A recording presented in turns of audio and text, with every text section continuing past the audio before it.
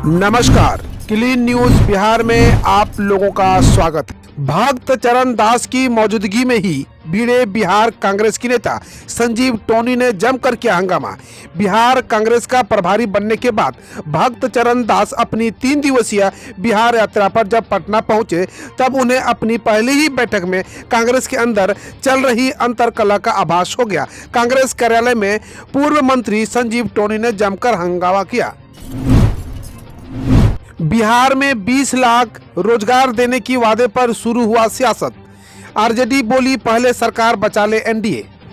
जदयू के राष्ट्रीय अध्यक्ष आरसीपी सिंह ने बताया कि एनडीए सरकार के गठन के तुरंत बाद कैबिनेट की पहली बैठक में ही मुख्यमंत्री ने 20 लाख से ज्यादा रोजगार सृजन करने की योजना का प्रस्ताव लाकर इस पर काम शुरू किया है।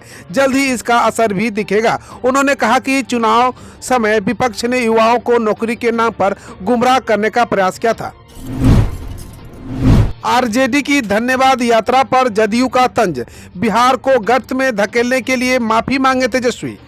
ठंड के इस मौसम में भी बिहार का राजनीतिक पारा गर्म है। लगातार सत्ता और विपक्ष में आरोप प्रत्यारोप का दौर भी जारी है। सभी दल अपने नेताओं को जनता के बीच रहने की अपील कर रहे हैं। कुछ दिन पहले ही सीएम नीतीश कुमार ने पार्टी के नेताओं और कार्यकर्ताओं से जनता के बीच रहने की अपील की है।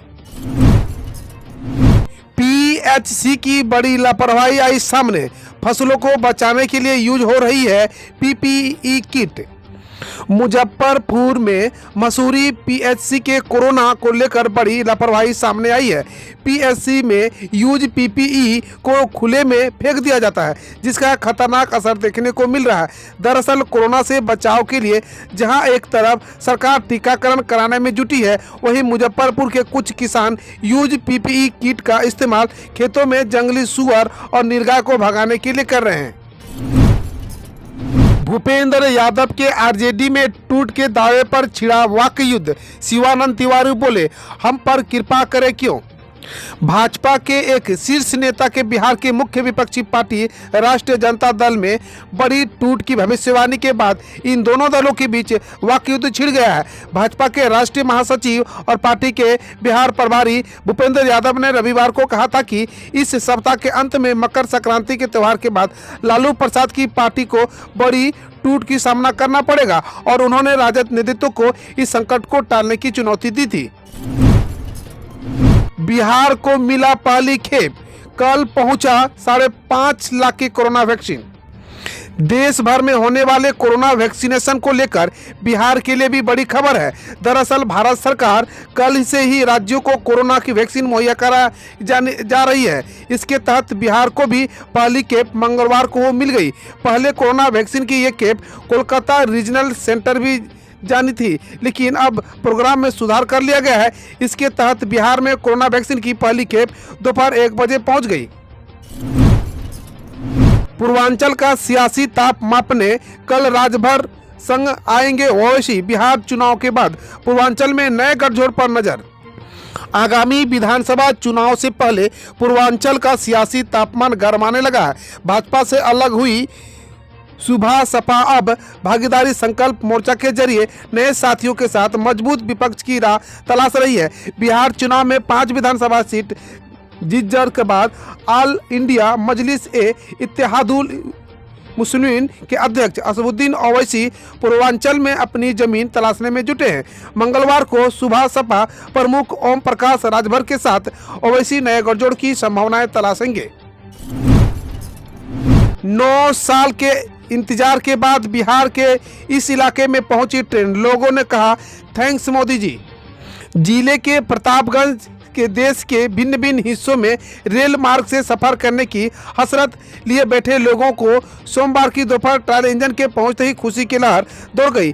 20 जनवरी 2012 यानी बीते 9 वर्षों के बाद प्रतापगंज रेलवे स्टेशन पर बड़ी रेल लाइन का पहला ट्रायल इंजन पहुंचा। देख वहां मौजूद लोगों ने कहा कि करीब दशक भर बाद ट्रेनों के चलने की आस जग गई है। रेल इंजन की सीटी बजते ही हजारों की संख्या में महिला, पुरुष, बच्चे और बुजुर्ग प्रतापगंज के स्टेशन पर उमड़ पड़े। वर्षों बाद रेलवे स्टेशन पर इंजन को देखने को लेकर लोगों की खुशी का माहौल था। बिहार के पूर्व स्वास्थ्य मंत्री तेज प्रताप का दावा, बिहार में भाजपा और जदयू लड़ रही है, तेजस्वी बनेंगे अगले सीएम। बिहार के पूर्व मुख्यमंत्री लालू प्रसाद यादव के पुत्र एवं पूर्व मंत्री तेज प्रताप यादव ने कहा कि सूबे में जदयू और भाजपा आपस में ही लड़ रही है। वर्तमान समय में पूरे बिहार में जो हलचल मचा हुआ है उसके बारे में सबको पता है और राज्य में किसकी सरकार आने वाली है ये भी सब जानते हैं। तेजस्वी यादव मुख्यमंत्री बनेंगे। वहीं कोरोना वैक्सीन पर प्रश्न पूछे जाने पर तेज प्रताप यादव ने कहा कि पहले प्रधानमंत्री नरेंद्र मोदी एवं उत्तर प्रदेश के मुख्यमंत्री योगी आदित्यनाथ वैक्सीन लगवाना चाहिए, इसके बाद किसी और को लगाया जाए। बिहार के पूर्व कृषि मंत्री प्रेम कुमार का फेसबुक अकाउंट हुआ हैक, पुलिस ने शुरू की जांच। साइबर अपराधियों के चुंगल में सिर्फ आम लोग नहीं बल्कि अब बिहार में खास लोग भी फंस रहे हैं। बिहार के पूर्व कृषि मंत्री डॉक्टर प्रेम कुमार का फेसबुक अकाउंट हैक कर लिया गया है। इस घटना को लेकर उन्होंने थाने में मामला दर्ज कराया है। अब जाने खबर देश विदेश से।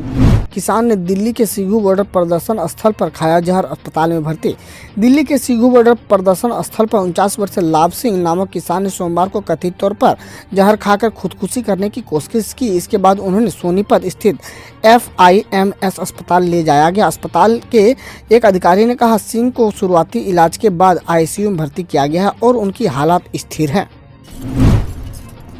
पंजाब कैबिनेट ने पेट्रोल, डीजल व संपत्ति खरीद पर स्पेशल सेस लगाने को दी मंजूरी। पंजाब कैबिनेट ने 216.16 करोड़ का अतिरिक्त राजस्व जुटाने के लिए पेट्रोल, डीजल और अचल संपत्ति खरीद पर स्पेशल इंफ्रास्ट्रक्चर डेवलपमेंट की लगाने की मंजूरी प्रदान की है। ईंधन पर 0.25 प्रति लीटर की दर से यह स्पेशल फीस लागू की जाएगी। इसी तरह राज्य में अचल संपत्ति खरीद में हर 100 मूल्य पर 0.25 फीस वसूली जाएगी। ममता बनर्जी बोले, चुनाव हारने के बाद ट्रंप समर्थकों की तरह बर्ताव करेंगे बीजेपी कार्यकर्ता। पश्चिम बंगाल के मुख्यमंत्री ममता बनर्जी ने कहा है कि चुनाव हारने के बाद बीजेपी कार्यकर्ता निवर्तमान अमेरिकी राष्ट्रपति डोनाल्ड ट्रंप के समर्थकों की तरह बर्ताव करने लगेंगे। उन्होंने कहा, हार के बावजूद ट्रंप जोर देकर कहते हैं कि उन्हें जीत हासिल की है। इसी तरह चुनाव हारने पर बीजेपी कहेंगी, हम जीते हैं, हम जीते हैं, इनमें कोई अंतर नहीं है। केरल के सिनेमा घरों को इस साल मार्च तक मनोरंजन कर से दी गई छूट। केरल के मुख्यमंत्री पिनराई विजयन ने सोमवार को घोषणा करते हुए बताया कि राज्य के सिनेमा घरों को इस साल जनवरी से मार्च तक मनोरंजन कर का भुगतान करने से छूट दी गई है। उन्होंने आगे कहा, सिनेमा घरों के बंद रहने के दौरान के 10 महीने के फिक्स्ड बिजली शुल्क में 50% की कमी की गई है। राजनीतिक वंशवाद सिर्फ मैं और मेरा परिवार की भावना को मजबूत करता है, पीएम मोदी बोले। प्रधानमंत्री नरेंद्र मोदी ने राष्ट्रीय युवा संसद महोत्सव में कहा है कि राजनीतिक वंशवाद नेशन फर्स्ट की बजाय सिर्फ मैं और मेरे परिवार की भावना को मजबूत करता है। उन्होंने कहा, यह भारत में राजनीतिक और सामाजिक कॉरपोरेशन का भी एक बहुत बड़ा कारण है। उन्होंने कहा, भ्रष्टाचार जिनकी विरासत थी उनका भ्रष्टाचार ही आज उन पर बोझ बन गया है। दिल्ली पहुंची कोविड-19 वैक्सीन की पहली खेप, 89 केंद्रों पर हुआ शुरू टीकाकरण, जैन का कहना है। दिल्ली के स्वास्थ्य मंत्री सत्येंद्र जैन ने बताया कि कोविड-19 वैक्सीन की पहली खेप राष्ट्रीय राजधानी पहुंच चुकी है और पहले चरण में 16 जनवरी से 89 चयनित केंद्र पर टीकाकरण होगा। आम लोगों के लिए टीकाकरण पंजीकरण को लेकर उन्होंने कहा, पंजीकरण अभी शुरू होगा। जब पंजीकरण शुरू होगा तो उसमें कोई न कोई पहचान पत्र मांगा जाएगा। केंद्रीय मंत्री श्रीपद नाइक की पत्नी के निधन पर विदेश मंत्री व सीएम शिवराज ने जताया शोक। सड़क दुर्घटना में केंद्रीय मंत्री श्रीपद नाइक के घायल होने और उनकी पत्नी के निधन पर विदेश मंत्री एस जयशंकर ने शोक जताया है। मुख्यमंत्री शिवराज सिंह चौहान ने कहा, नाइक जी की पत्नी व निजी सचिव के निधन से स्तब्ध हूँ, उनके शीघ्र स्वस्थ होने की प्रार्थना करता हूँ। केंद्रीय मंत्री अनुराग ठाकुर ने भी शोक जताया है। RBI का कहना है 7.5% से बढ़कर सितंबर 2021 तक 13.5% हो सकता है बैंक का NPA। भारतीय रिजर्व बैंक की वित्तीय स्थिरता रिपोर्ट के मुताबिक सितंबर 2021 तक बैंकों का NPA बढ़कर 13.5% हो सकता है, जो पिछले साल सितंबर में 7.5% था। रिपोर्ट में कहा गया है कि कोविड-19 की दूसरी लहर और नए स्ट्रेन के अनिश्चितता का माहौल पैदा किया है, जो रिकवर कर रही अर्थव्यवस्था के लिए खतरा है। जहरीली शराब पीने से एमपी के मुरैना में हुई 10 लोगों की मौत। मुरैना के पुलिस अधीक्षक अनुराग सुजानकी ने बताया कि जिले में जहरीले शराब पीने से 10 लोगों की मौत हो गई है, 5 लोग बीमार पड़ गए हैं। रिपोर्ट के मुताबिक ये मामला छेरा मानपुर और महावाली गांव का है और जिन लोगों की हालत गंभीर है उन्हें ग्वालियर के अस्पताल में रेफर किया गया है।